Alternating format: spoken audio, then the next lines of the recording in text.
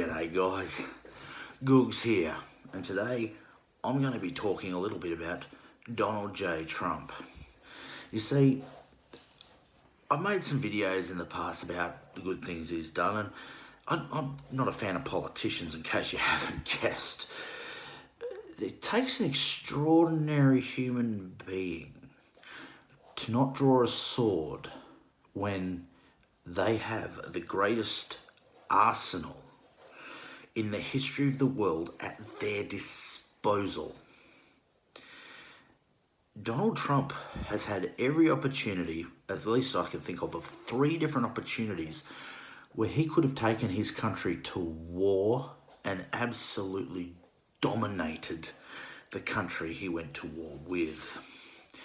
Now, unlike previous presidents, whether they be Obama or obviously George W. Bush or Clinton or Howard, bloody George W.'s dad, may he rest in pieces, Herbert Walker Bush, whatever. This guy doesn't want to draw the sword. Now in Syria, he drew the sword a little bit. He threw some missiles at some strategic points, but that was when he was doing his whole, well, in 90 days I'm going to destroy ISIS. It took a little bit longer than 90 days, but ISIS has certainly lessened its influence in the last 3 years, largely largely because of Donald Trump and a bit of bipartisan effort with Vladimir Putin. He seems to be a peacemaker, this Donald Trump, and it's about time. Now, I'm not saying that he won't go to war. In fact, it would be the first time in God knows how many years an American president hasn't gone to war of some description, but the signs are good.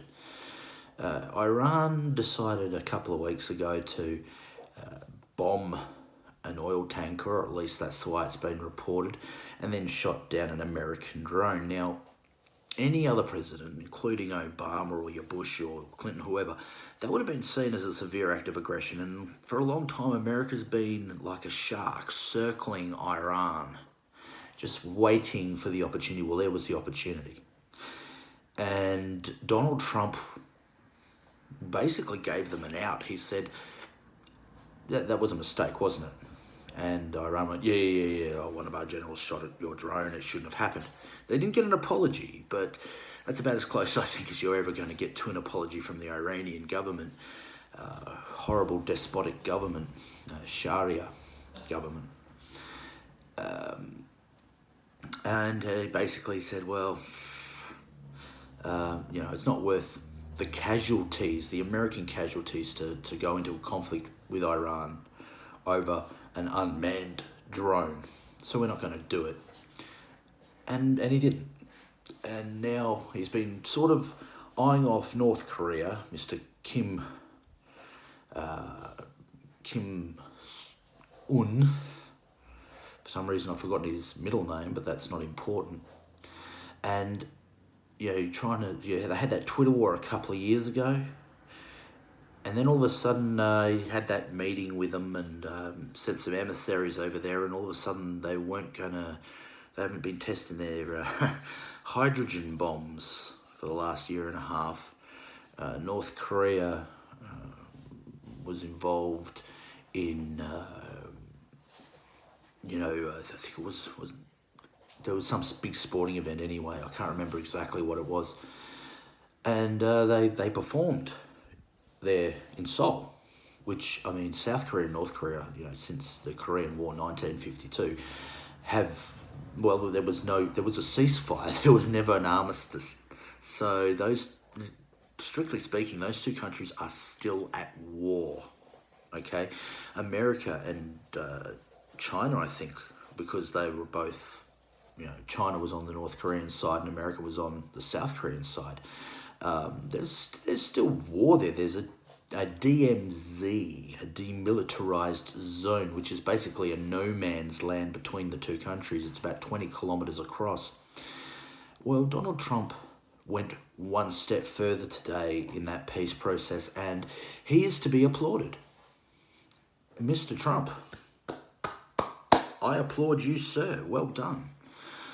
nobody else since 1952, let alone an American president, has had the balls, yes, the testicular fortitude, if you like a bit of Mick Foley sayings added into some serious politics, to go into the demilitarized zone, meet Mr. Kim Un, and then take 18 steps into North Korean territory. And it's a dangerous place, North Korea. For anyone who isn't North Korean, it's a dangerous place. Now, obviously, he would have had, there would have been guns everywhere. There would have been security details on both sides, no doubt. But that shows a certain amount of gut check, and I appreciate that. And I'm sure Mr. Kim Un appreciated that too. And then he gave him an invitation to the White House. They had a short talk on complete denuclearization of the Korean Peninsula. This is a very, very good thing, not just for America's relationship with North Korea, but it can't be. In fact, it isn't a bad thing. In fact, it's a great thing for South Korea as well, because obviously the war isn't done yet. And if we can find an end to that war, maybe there can be peace. Maybe North and South Korea will still be different countries, but at least they're not going to be trying to kill each other, okay?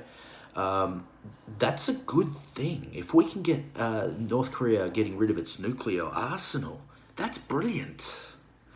That's brilliant. It might be time to get rid of war between on the Korean Peninsula. That can only be a good thing. And if Mr. Trump is somewhat facilitating this, then, or at least trying to facilitate this, then kudos to you, Mr. Trump. Well done. In this instance, Mr. Trump, I am behind you 100% in your efforts to stop war. And as far as the Iranian thing goes, once again, America's been looking for an excuse since, especially George W. Bush. He was really like a shark circling Iran for a long time. Meddling in the Middle East. Obama certainly, Clinton, George Herbert Walker definitely meddling in the Middle East. And he said, here's an olive branch. Okay, they got sanctioned. Iran got sanctioned, but that's pretty much standard sort of fare. Not good for the people of the country, admittedly, but a hell of a lot better than, a full American military force hitting them. Okay? These are good things. These are good things. And there is progress being made. And I don't know where it'll go. I don't know if it's going to be effective or not. But just the fact that there are olive branches being held out by America, and America is starting to be, I won't say an arbiter of peace because they've still got too many troops around the world in different war zones. But at least, in a sense, being mediators, at least in the Korean Peninsula, that's a good thing. That's a good thing. And Mr. Trump, you are to be commended for that. Now, in saying all of this, I then have to go again at the mainstream media, because they, with the Iran thing, there's going to be a war. We're going to see a war. There's going to be a war. Mr. Trump will fight a war. And the North Korean thing today, what a terrible person talking to this Kim Jong-un person.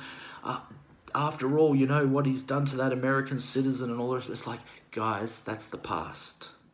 Mr. Trump is not looking at the past. He is looking at the possible future of peace between these two peoples. Yes, North Korea is a piece of shit. Everybody knows it's a piece of shit, and I'm pretty sure Donald Trump knows it's a piece of they're a piece of shit too. I mean, he would be under no illusions that Mr. Un is a bad motherfucker.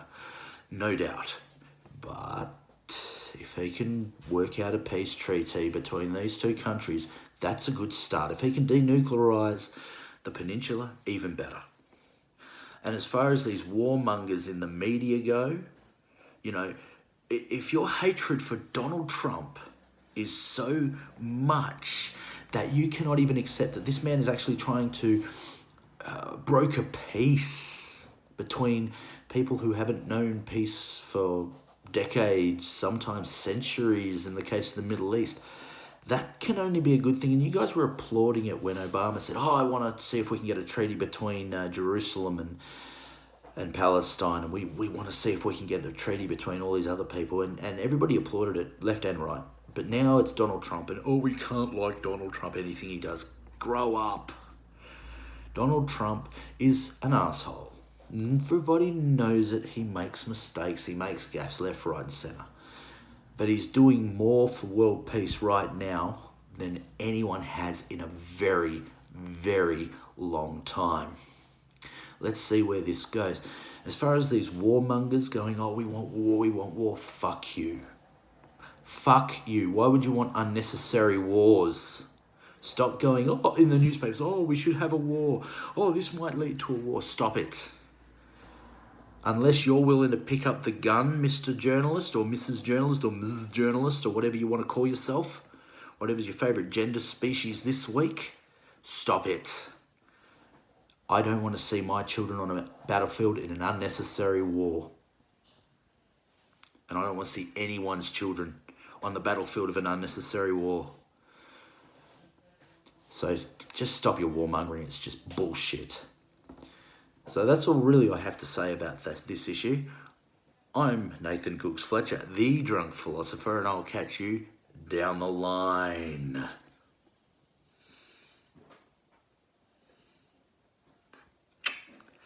Oro.